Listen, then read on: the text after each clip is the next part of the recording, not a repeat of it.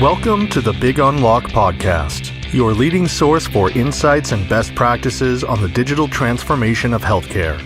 Join host Paddy Padmanabhan, CEO of Damo Consulting and best-selling author of Healthcare Digital Transformation, How Consumerism, Technology, and Pandemic Are Accelerating the Future, in conversation with healthcare and technology leaders. This podcast is brought to you with the support of our partners, Innovacer and Palbox.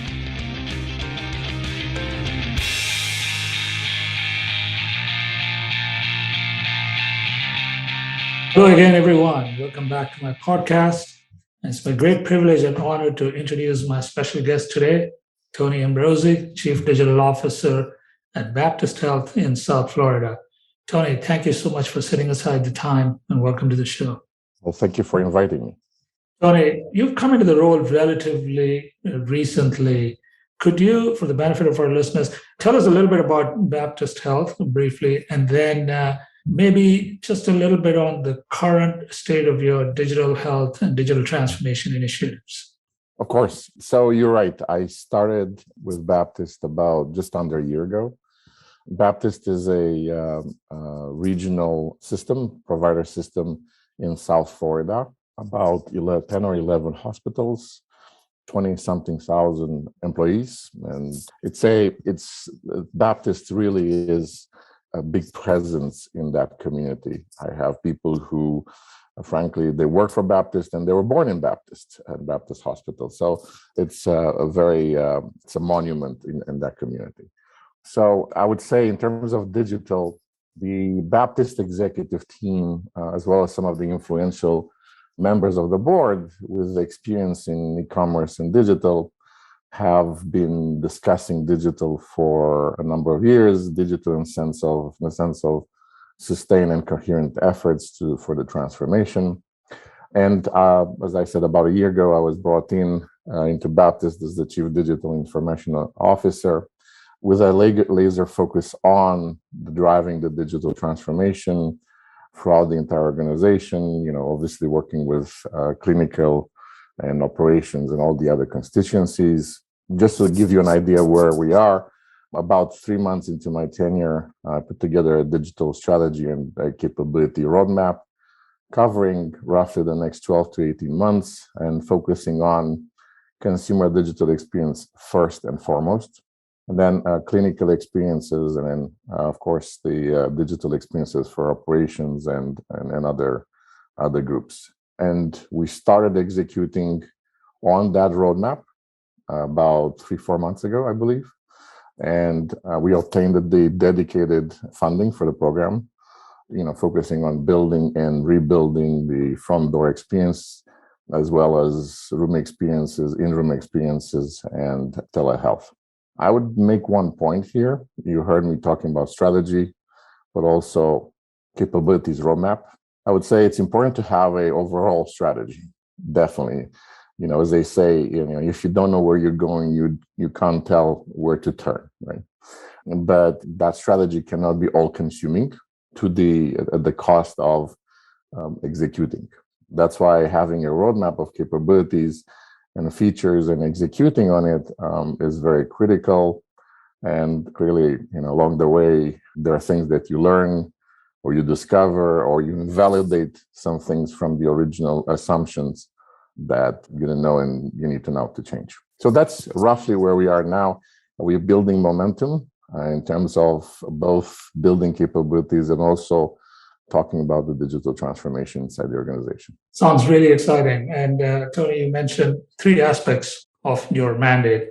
You talked about consumer digital experiences, you talked about the caregiver experiences, and you talked about how to enable the organization digitally. So let's talk about the consumer aspect of it.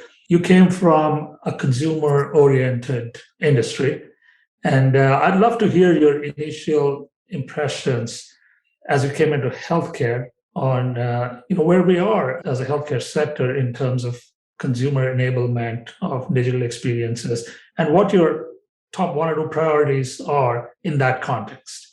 Yeah, actually, I came from 2 consumer-focused companies, Disney Parks, and before that, American Express, very similar focus. I would say that clearly, healthcare providers, the doctors, the physicians, the nurses, are intensely focused on the medical care for patients. And the pandemic and show that relentless and ultimate dedication of medical providers to the patient lives and well-being and health well-being.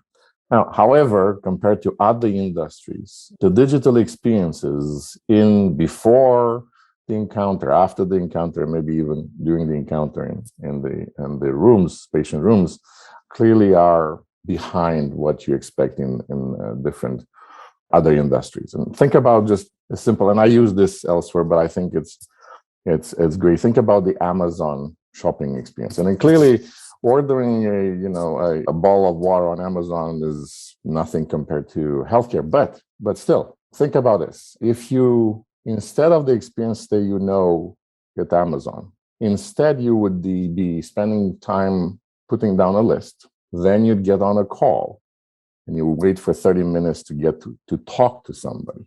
And then you'd spend another 30 minutes trying to explain on the phone what the problem is, what your need is, what you want.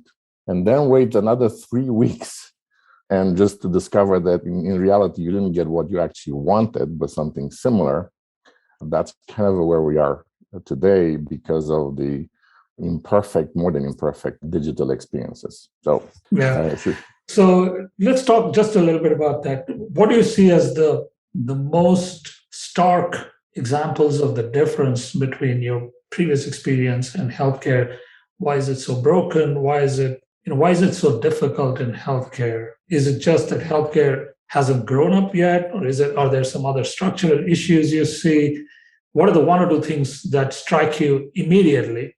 Again, you're still fresh from your previous experience, so you can still relate and compare and contrast. So I'm really, really curious to hear your thoughts on that. What are the one or two things that strike you the most? Yeah, no, I think it's a great question, and that's what I've been obviously asking myself and ourselves, because I think it's a combination of factors. So I'll put the objective factors aside. Yes, you have this interesting dynamics between patients, the providers, and the payers. That's a kind of a strange arrangement, and buying things and ordering things is impacted by that.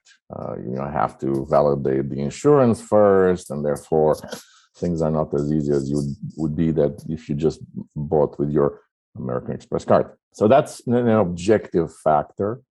And I think that's part of the system, but nevertheless, that we need to work to improve. And there are some things that we can do. On the more subjective part is, I think, first, I don't think there has been a focus over the years on this aspect or on those aspects. And frankly, there are still some in the healthcare industry that I've heard, I've seen, that have the view of, patients don't come here for the mobile app. And frankly, that's absolutely true. But also it's true that nobody goes to Disney just to use the mobile app. However, without that mobile app, probably they wouldn't or use American Express or so on and so forth. So how we manage our services, the access to our services with the consumers, it is important. How easy it is. And frankly, at some point, it's a competitive advantage. All other things considered equal, consumers and patients would choose an easier experience to a more difficult one. And frankly, the expectations from the consumers have been changing for a while. And some of it is driven by their other experiences in their other life, their normal lives. And they want to be part of the focus or the center of the experience. They want to have control. They want to have information to make decisions about their care. And they, as I said, they do expect the same type of experiences as elsewhere. Now let's talk about the clinicians.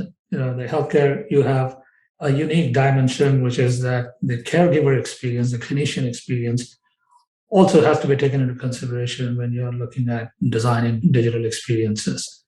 And many of the health systems that we talk to, the biggest challenges are increasing adoption and awareness among both the consumer community as well as the clinician slash caregiver community because they have to recommend to the consumers to come on a video chat instead of coming into the clinic and so on and so forth. Where do you see clinicians in this context, and what, in your view, can lead to better adoption rates among the clinician community? That's actually a great question. And by the way, when I was talking about consumers just a moment ago, to a certain extent, that applies to clinicians having great digital experiences. In addition to obviously the normal experiences, that's a factor for clinicians. All other things being considered, as a clinician, do you want to go to the system that has horrible technology systems and digital systems and it's a pain, or you go to another one that all other things considered? That's still a case. That's why that's a second focus aspect for us. I would say that adoption is driven by, a lot of it is driven by demographics, number one. Then I would say lifestyle. And number three, capabilities, simplistically put. So demographics in terms of clearly the younger generations, let's say the up to 40s, in their 40s, who have lived through the e-commerce experiences and digital experiences.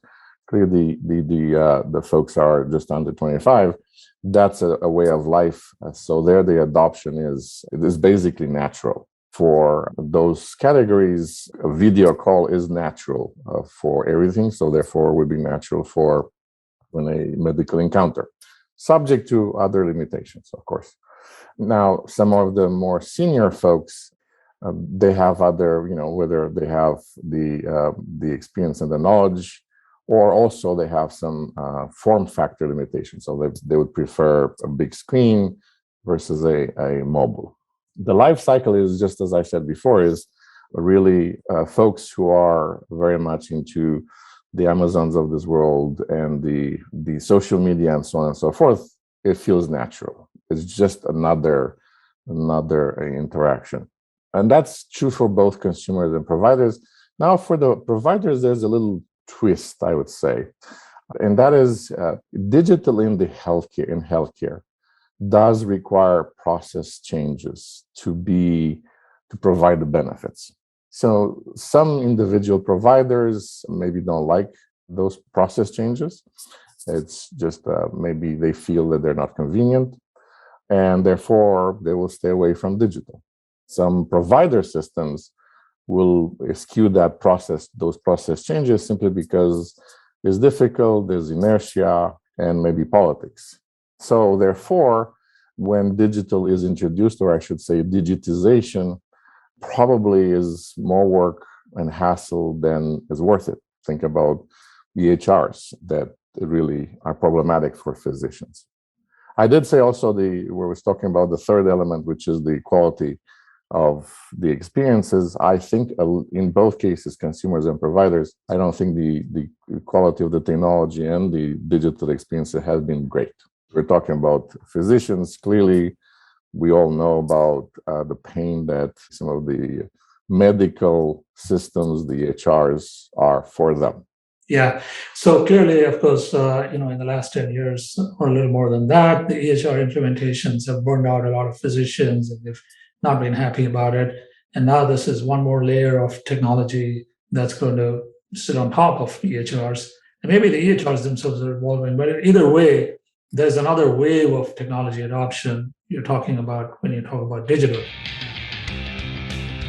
This podcast is brought to you with the support of our partners, Innovacer and Palbox.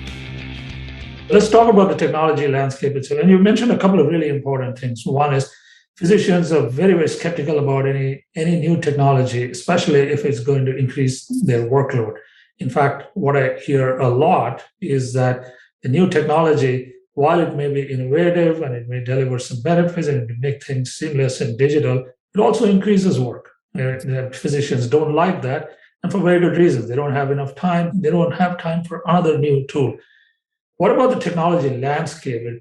As a chief digital officer, how do you look at the technology solutions landscape when you're trying to address this? And what a whole range of technology providers and platforms and solutions, from big tech, EHR, all the way to nimble young startups. And you've dealt with all of them in your past life. So what does it look like in your current role? I would say, by the way, I would say that it's true for anyone that we want to not have to deal with awkward and solutions that make more work for us. In whatever the profession is, that's absolutely true. So is natural. I think clearly for physicians, especially during crisis, the things compound.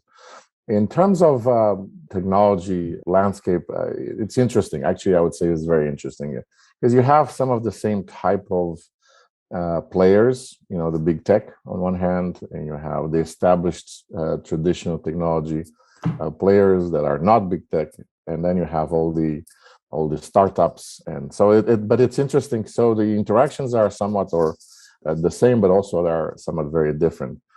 Starting with big tech, it's not always clear, at least to me, and I may be wrong, but it's not always clear what their strategic plan is. And other than maybe selling more cloud and more devices. And if you look at Google, and I'm only picking on them simply because there have been some recent news about them kind of coming out of the healthcare or reducing their healthcare efforts. But looking back, I'm not quite sure what they were trying to do in the first place. As I said, I heard rumors about them being in EHR, but I haven't seen very much other than very marginal, maybe API gateway capabilities. I'm sure there was somebody, but clearly they didn't think that worked very well. So they're kind of retreating a little bit. And if you look at also the like Haven, the joint venture between JP Morgan and Amazon and Berkshire, also the same, not quite clear what they were trying to do.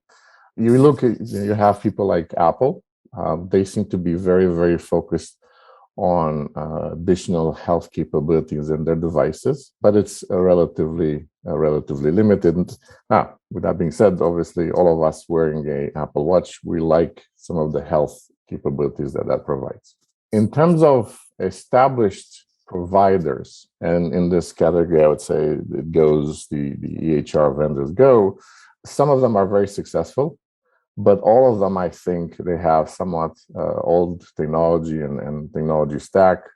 I think they have a lot of technical debt. They're trying to be all things to all people, and somehow this is reminiscent to the ERP and MRP space. They're slow to market, and some of them are still dreaming of closed platforms with customer lock-in. And they'll have to change simply because the other two categories and the fact that the world is changing. And finally, talking about startups, lots of money, VC activity, VC money going there, but I think it's somewhat probably scattered. And that's part of the way VC works. I see two different and somewhat polar opposites categories there. On the one hand, there are some who are certainly trying to emulate or to build a comprehensive but closed platform. They looked at presumably the big vendors. They said, hey, that worked for them pretty well. Let's try it ourselves, which you either have to buy the entire platform or you can't use it.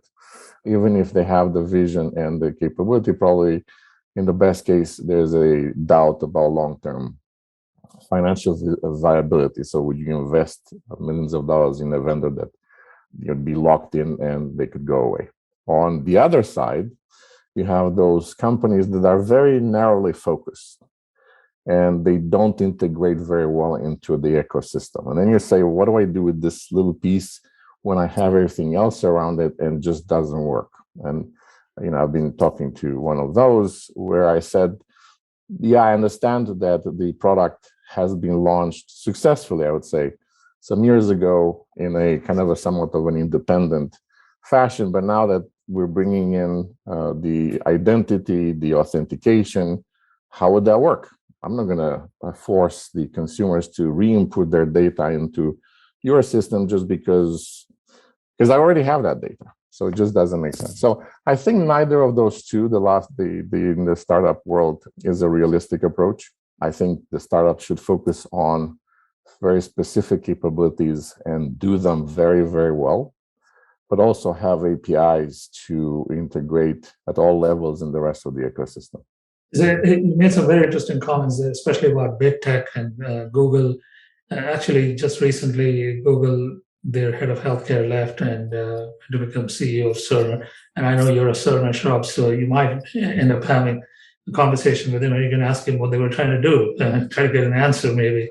And Apple too, they scaled back an effort that they had going on, which was trying to get into the primary care space. So it seems like the big tech, and one part of it is the technology solutions business, which is selling platforms, software, hardware.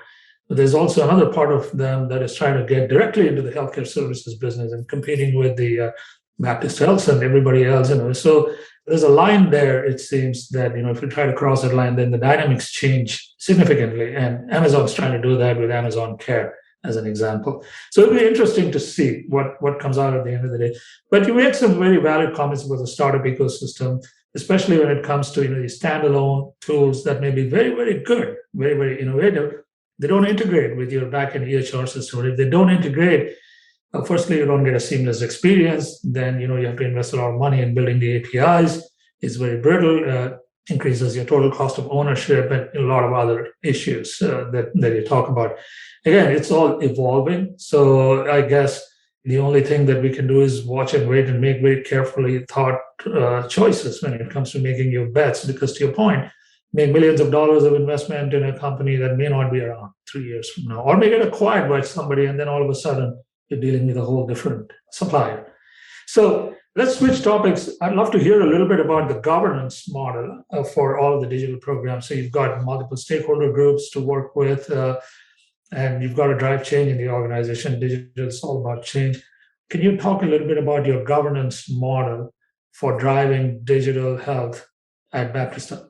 Sure. So first and foremost, I structure the digital program as a place for all things to come together in a natural and structured way.